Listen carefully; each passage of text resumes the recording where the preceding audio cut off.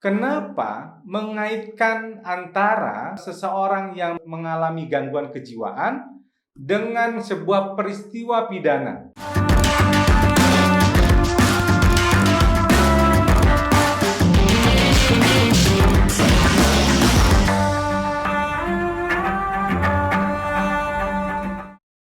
Kembali bersama Ruang BK, Ruang Bedah Kasus Bang VJ. Kita akan mendiskusikan satu kasus yang cukup miris terjadi belakangan ini, di mana ada seorang ulama yang sedang memberikan ceramah agama, tapi kemudian ditusuk oleh seseorang yang tidak dikenal. Ini kan sangat mengganggu sebenarnya dalam setiap peribadatan. Kita tidak bicara siapa yang kemudian menyampaikan, tapi ini tentu akan mengancam kebebasan dalam beribadah, siapapun itu. Nah, barusan hari Minggu yang lalu, Syekh Ali Jaber, seorang ulama yang kemudian menyampaikan ceramah agama dalam sebuah tabligh akbar, kemudian didatangi oleh seseorang yang secara tiba-tiba dia naik ke panggung, terus kemudian melakukan penusukan. Nah, ini kan cukup miris situasi ini kemudian terjadi. Tapi justru yang menimbulkan polemik bukan hanya soal penusukan. Kita prihatin dengan kejadian itu. Dan kita berharap proses penegakan hukum terhadap kasus ini bisa berjalan.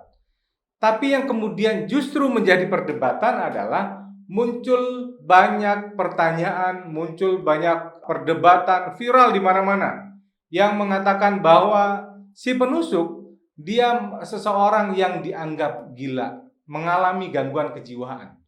Sehingga di sini orang kemudian berdebat, oh yang melakukan orang gila dan sebagainya. Pertanyaannya adalah, kenapa mengaitkan antara seseorang yang mengalami gangguan kejiwaan dengan sebuah peristiwa pidana? Nah, ini bukan tanpa alasan, tentu bukan karena misalnya itu muncul pasti ada satu persoalan. Dalam hukum itu ada satu hal yang kemudian menyebabkan seseorang hilang pertanggungjawaban pidananya. Nah, karena itu dalam obrolan kali ini kita akan ngobrolin tentang gangguan kejiwaan yang banyak dipersoalkan oleh orang dengan pertanggungjawaban pidana. Apa hubungannya seseorang yang dianggap mengalami gangguan kejiwaan dengan pertanggungjawaban pidana? Nah, kalau bicara soal ini, tentu akan lebih asik kita bicara soal apa makna gangguan kejiwaan dan juga kaitannya dengan pertanggungjawaban pidana itu sendiri. Nah, soal ini sebenarnya di dalam KUHP kan tidak ada klausul yang secara khusus membahas tentang itu, tapi yang mirip-mirip paling tidak itu ada di pasal 44 ayat 1 KUHP. Terpaksa deh kita ngobrolin soal pasal-pasal begitu ya, supaya ini bisa juga meluruskan kepada publik, kita bisa belajar bersama-sama tentang fenomena yang kemudian muncul viral di mana-mana tentang oh gila ada seseorang yang melakukan tindak pidana, penusukan dan sebagainya, dan kemudian dikait-kaitkan dengan gangguan kejiwaan. Makanya kita perlu membahas apa kaitannya gangguan kejiwaan dengan pertanggungjawaban pidana. Nah, di pasal 44 ayat 1 KUHP ini, dia mengatur tentang hal yang tidak dapat dipertanggungjawabkannya seseorang atas tindakannya itu. Maknanya apa? Maknanya adalah apakah seseorang itu memiliki kemampuan untuk bertanggung jawab atas tindakannya sehingga dia bisa diproses secara hukum. Nah, mengenai ini tentu akan ada banyak ahli yang punya pandangan tentang pertanggungjawaban, kemampuan bertanggung jawab atas sebuah tindak pidana. Misalnya ya, kalau R. Susilo misalnya, dia mendefinisikan pasal 44 ayat 1 KUHP itu dengan menyebut barang siapa mengerjakan sesuatu perbuatan yang tidak dapat dipertanggungjawabkan kepadanya karena kurang sempurna akalnya atau karena sakit berubah akal, tidak boleh dihukum. Jadi seseorang yang mengerjakan sesuatu karena dianggap kurang akal, maka dia tidak dapat dihukum. Nah, itu menurut R. Susilo mengenai soal kemampuan bertanggung jawab ini. Nah, Mengenai ini sebenarnya ya, kalau soal kemampuan bertanggung jawab itu, dia bukan hanya bicara soal gangguan kejiwaan saja. Tapi paling tidak ada dua sebenarnya soal pertanggungjawaban, kemampuan bertanggung jawab itu. Jadi, kalau kita bicara soal kemampuan bertanggung jawab itu, sebenarnya soal isu gangguan kejiwaan itu merupakan satu hal. Jadi, paling tidak ada dua ya kalau kita bicara soal kemampuan seseorang bertanggung jawab. Yang pertama yang tadi, isu yang kemudian berkembang. Apakah seseorang yang melakukan tindak pidana penusukan itu merupakan orang yang mampu bertanggung jawab, tidak dalam gangguan kejiwaan? Itu satu hal. Yang kedua, kalau kita sebenarnya bicara soal kemampuan bertanggung jawab, apakah perbuatan yang dilakukan seseorang itu dia merupakan perbuatan yang tidak dipaksakan, atau dia mengerjakan dengan kemampuannya sendiri. Nah, contohnya misalnya begini, ada seseorang melakukan tindak pidana misalnya. Terus ternyata dalam dia melakukan tindak pidana itu, dia di bawah ancaman. Apakah dia sendirian merasa terancam? Apakah keluarganya yang merasa terancam? Maka dalam kondisi yang seperti ini, maka seseorang dia bisa dianggap tidak mempunyai kemampuan untuk bertanggung jawab. Nah, inilah yang kemudian sebenarnya Mahruz Ali juga dia menyebutkan ada faktor akal dan faktor kehendak. Faktor akal itu soal yang tadi, soal kejiwaan, tapi ada faktor kehendak. Apakah dia punya kehendak sendiri, kehendak bebas melakukan itu, atau karena di bawah tekanan atau di bawah paksaan. Nah, mengenai ini sebenarnya ada ahli-ahli yang lain, misalnya Van Hammel ya, dia paling tidak membagi tiga. Apakah seseorang yang melakukan tindakan pidana itu dia paham arah tujuan dari apa yang dilakukan? Yang kedua, apakah dia sadar bahwa tindakan yang dilakukan itu dilarang? Dan yang ketiga, kehendak bebas. Apakah yang bersangkutan dalam melakukan itu merupakan kehendak bebas yang bersangkutan dan tidak ada tekanan, paksaan, ancaman sehingga yang bersangkutan melakukan. Nah, oleh karena itu, ini yang mesti kemudian dilihat lebih lanjut, apakah fakta yang kemudian berkembang itu lebih mengarah kepada persoalan ketidakmampuan karena akal, atau dia lebih kepada persoalan kehendak.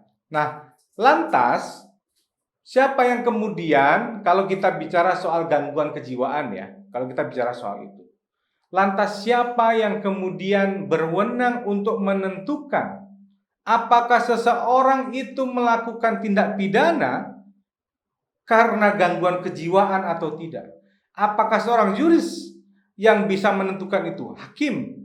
Bukan. Menurut Lamintang misalnya, dia menjelaskan bahwa tugas menentukan apakah seseorang yang melakukan tindak pidana merupakan orang yang mengalami gangguan kejiwaan atau tidak, itu merupakan tugas seorang psikiater.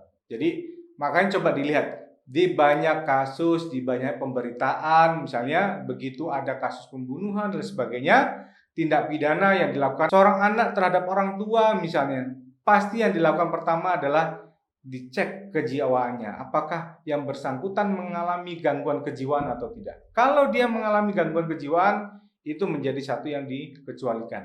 Nah, ada hal yang lain sebenarnya yang cukup menarik sebenarnya untuk kemudian dilihat, apakah semua orang yang melakukan gangguan kejiwaan itu dia bisa lepas atau dianggap tidak memiliki kemampuan bertanggung jawab. Nah, kita bisa cek ya dari sudut pandang kesehatan tentunya. Jadi tahun 1993, jadi sebenarnya kita dalam ilmu kesehatan tentunya ada kategori-kategori tertentu mengenai seseorang atau mengenai gangguan kejiwaan ini. Misalnya ada klasifikasinya. Ada Diagnostic and Statistical Manual of Mental Disorder 4th edition atau DSM-4. Ini dikeluarkan oleh American Psychiatric Association tahun 1994. Ada juga yang dikeluarkan oleh WHO yang diberikan nama Pedoman Penggolongan Diagnosis Gangguan Kejiwaan 3. atau gangguan jiwa 3 atau PPDGJ 3 itu mengkategorikan atau memberikan jenis gangguan kejiwaan. Jadi nggak semuanya itu adalah sama. Nah, mengenai kategori-kategori ini memang ada banyak pendapat-pendapat yang mengatakan kategori gangguan kejiwaan seperti apa yang masuk dalam kategori memiliki ketidakmampuan untuk bertanggung jawab sebagaimana dimaksud di dalam pasal 44 ayat 1 KUHP. Misal kalau kita mengutip dari Adrianus Meliala, dia menyebutkan bahwa pasal 44 ayat 1 itu lebih identik dengan kejiwaan psikosis, yaitu gangguan yang bersifat kejiwaan, psikologi, bukan bersifat gangguan saraf. Nah, dan juga bukan gangguan kepribadian atau personality disorder.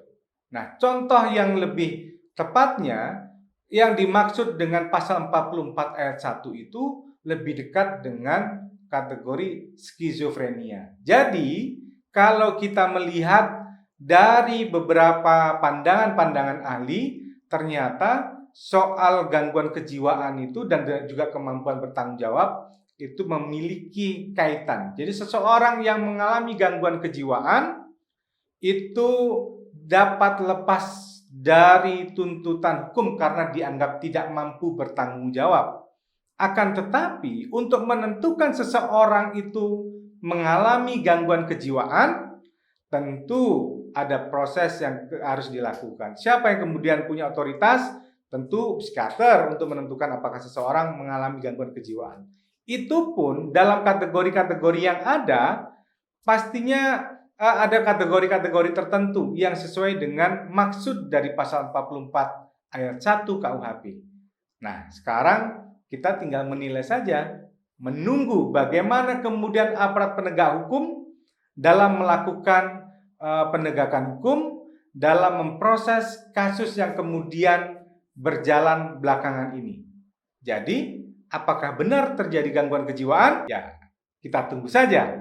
Sampai ketemu lagi di Ruang BK, Ruang Bedah Kasus Bang Vijay.